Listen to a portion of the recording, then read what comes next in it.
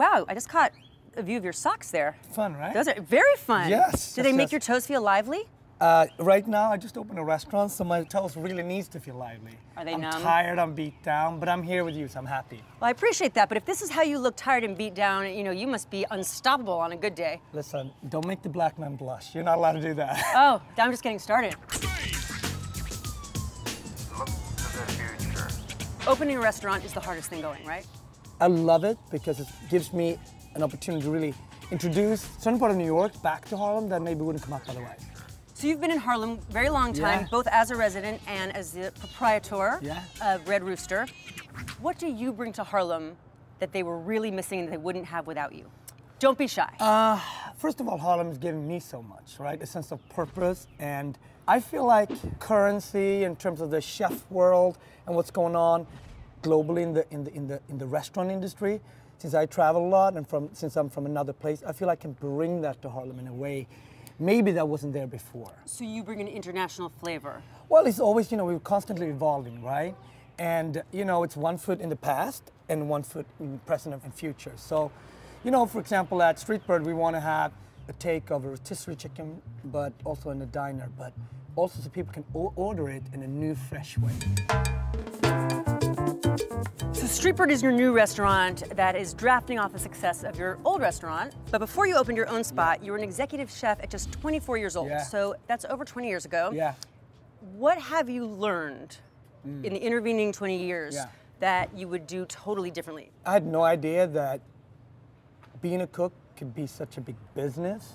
And when I was a kid, you know, I cooked and I worked, you know, really, really hard, but I didn't sort of protect my own name or any of that stuff. We were anonymous cooks, and all of a sudden, people know our names, you know, and come to our restaurant in a completely different way. So if I could have done it different, I should have been more business savvy, but maybe in that sense also I would have lost some of my creativity and spontaneity. And it was a different time then. Completely also, you would different. own your name. I mean, no one would have thought, the chefs weren't rock stars. People faxed.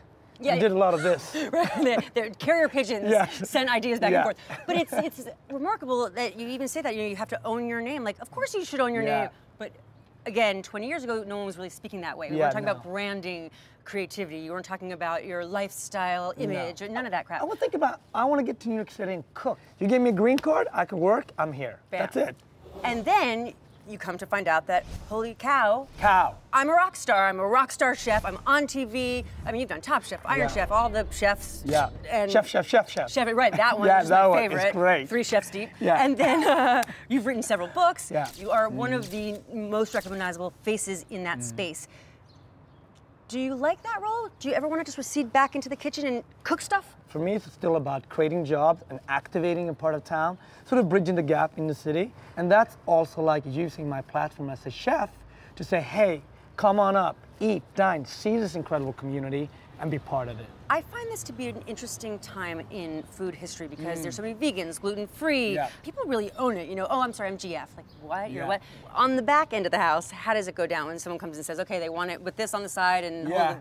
You know, it's interesting here because, I mean, majority part of the world, you actually eat with a spiritual compass. You eat based on your religion, and you really follow that. And that's why it's like breaking fast means so much for other cultures, right? Our way is either based on convenience or this week I'm that. It's just, and I think it's so telling where we're Americans. We can do that. But if you decided to be in this industry, you just got to accept it and go with it because next week there's something else. But as a whole, we should get back to eat based on a spiritual compass. That would change everything. So besides being a rock star chef, now you have a new book called The Recipes I Cook at Home. And it should really be, I mean, it's the recipes you cook at home. You actually inspired me to do this book because you don't cook at home. No, I do not cook at home. I want to get people like yourself excited about cooking for your family. It's called Off Duty, Recipes I Cook at Home. It's super easy, and I have the coolest playlist that goes with every chapter. So you can dance a little bit, cook a little bit, cook with the whole family, enjoy it. But I think you're trying to put your restaurants out of business because if everyone cooked at home, no one would be coming to Bird on the Street. What's it called? But I like that. Bird on the the Street. Yes, that might be the basement. I love that. Bird on the Street, brought to you by Marcus Samuelsson. Yes, Thank you for coming to the... Thank you for having me. Thank you for coming. Cheers. Cheers. How do we say cheers in Ethiopian? In Swedish you say skål. Skål. Skål.